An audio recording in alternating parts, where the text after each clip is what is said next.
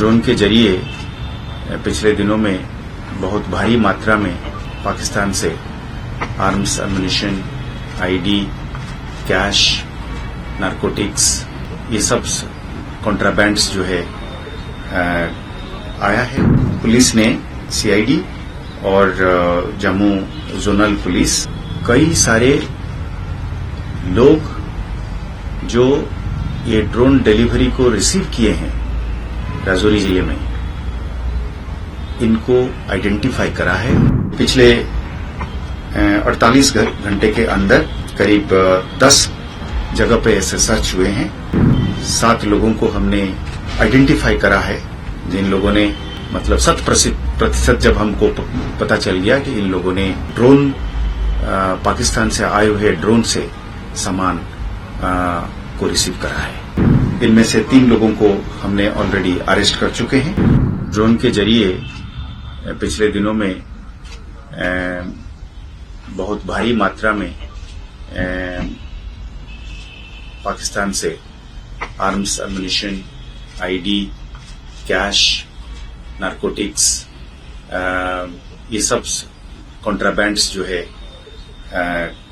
आया है और उसके एक चैलेंज एक नेशनल लेवल की एक सिक्योरिटी थ्रेट बन के उभर रहा है या उभर रहा था। अभी भी वो चैलेंज जारी है। उस सिलसिले में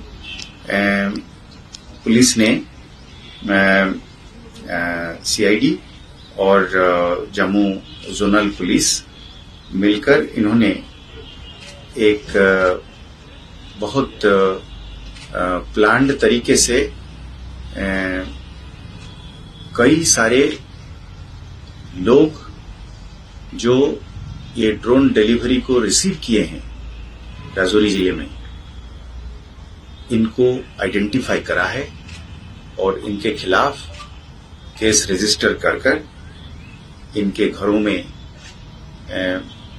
कोर्ट वारंट के साथ और पूरी प्रोफेशनल तरीके से इनके घर सर्च हुए हैं। ये पिछले 48 घंटे के अंदर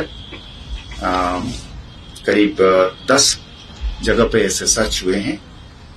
7 लोगों को हमने आइडेंटिफाई करा है, जिन लोगों ने मतलब 100% जब हमको पता चल गया कि इन लोगों ने ड्रोन पाकिस्तान से आए हुए ड्रोन से सामान को रिसीव करा है। तो इनमें से 3 लोगों को हमने ऑलरेडी अरेस्ट कर चुके हैं। इसमें सीआईडी काउंटर इंटेलिजेंस कश्मीर की जम्मू की केस स्पेशली रजिस्टर्ड है, पर इसकी कोऑर्डिनेशन और इसकी ग्राउंड लेवल की इंटेलिजेंस दोनों मिलके करा है। और आज के दिन में जो एविडेंस के तौर पर जिनको हिरासत में ले लिया गया है वो गुलशन नाज हैं। ये पाया गया कि वो पुराने जो ऑलरेडी अरेस्टेड यूएपीए में बहुत मशहूर हो गए, मतलब इल फेमस जिसको हम कहेंगे, ताली शाह की बीवी हैं। इन्होंने काफी सारे सामान ड्रोन से आए हुए सामान को रिसीव करा है। ये कोटरंका के रहने वाली हैं, राजौरी के। दूसरे जो अरेस्टेड पर्सन है वो है इम्तियाज अहमद। ये मोहम्मद लिंठा के बेटे हैं और ये लारकुटी कोटरंका का रहने वाला है, राजौरी का। ये भी ड्रोन के सामान को रिसीव करने के एलिगेशंस में इनको भी अरेस्ट किया गया है। तीसरा बंदा जो है वो आबिद शाह है। ये हकीम शाह के बेटे हैं और बुद्धल राजौरी के रहने वाले हैं। इनके खिलाफ भी सबूत आ चुके हैं और ठोस सबूत आने पर जब घर पे सर्च हुआ तो इनके इलेक्ट्रॉनिक और डिजिटल एविडेंस मिला, जिसमें हमें ये पक्का पता चला कि जिस तरीके से इन्होंने पाकिस्तान के साथ बात करते थे और सामान को रिसीव करने के बाद इन लोगों ने आगे भी इसके डिस्ट्रीब्यूशन की लूप में इन्होंने रोल अदा करी है।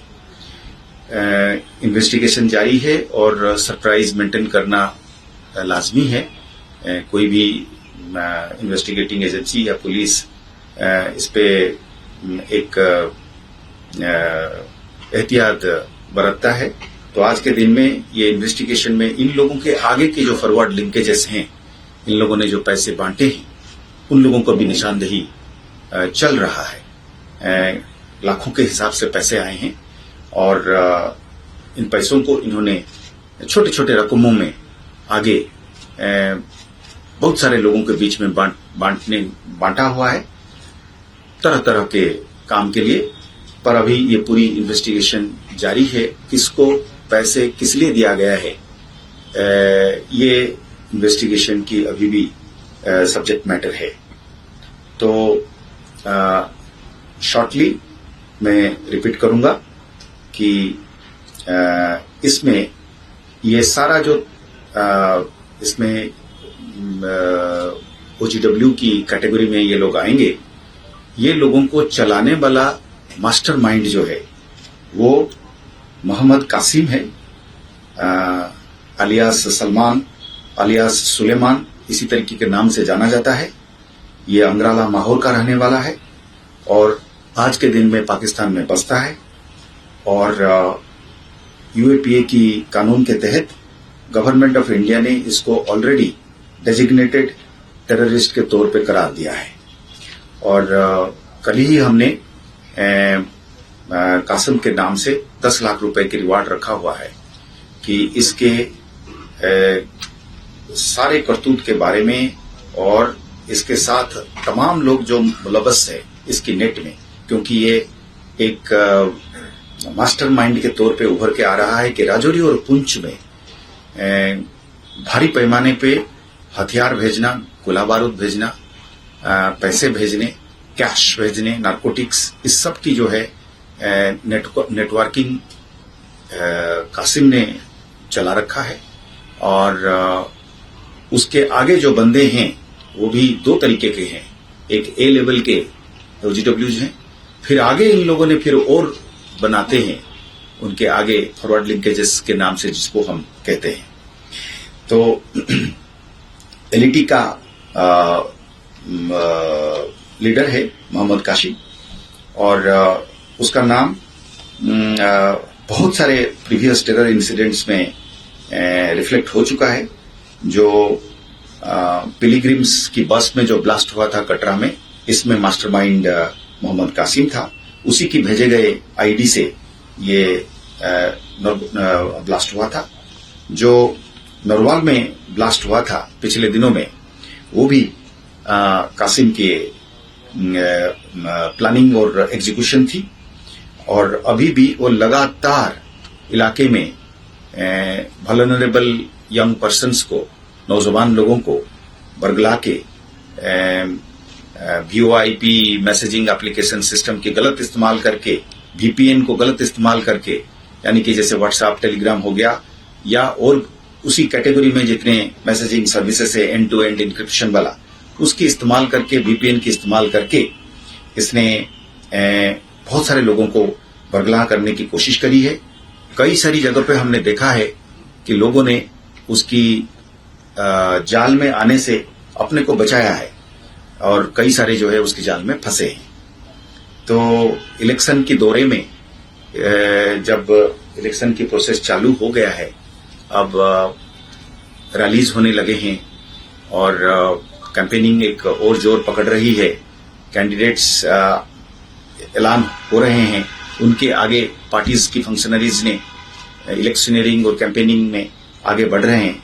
ऐसे हालात में कासिम और कासिम की गैंग को पर्दाफाश करना और उनको कानून के दायरे में लाना और उनको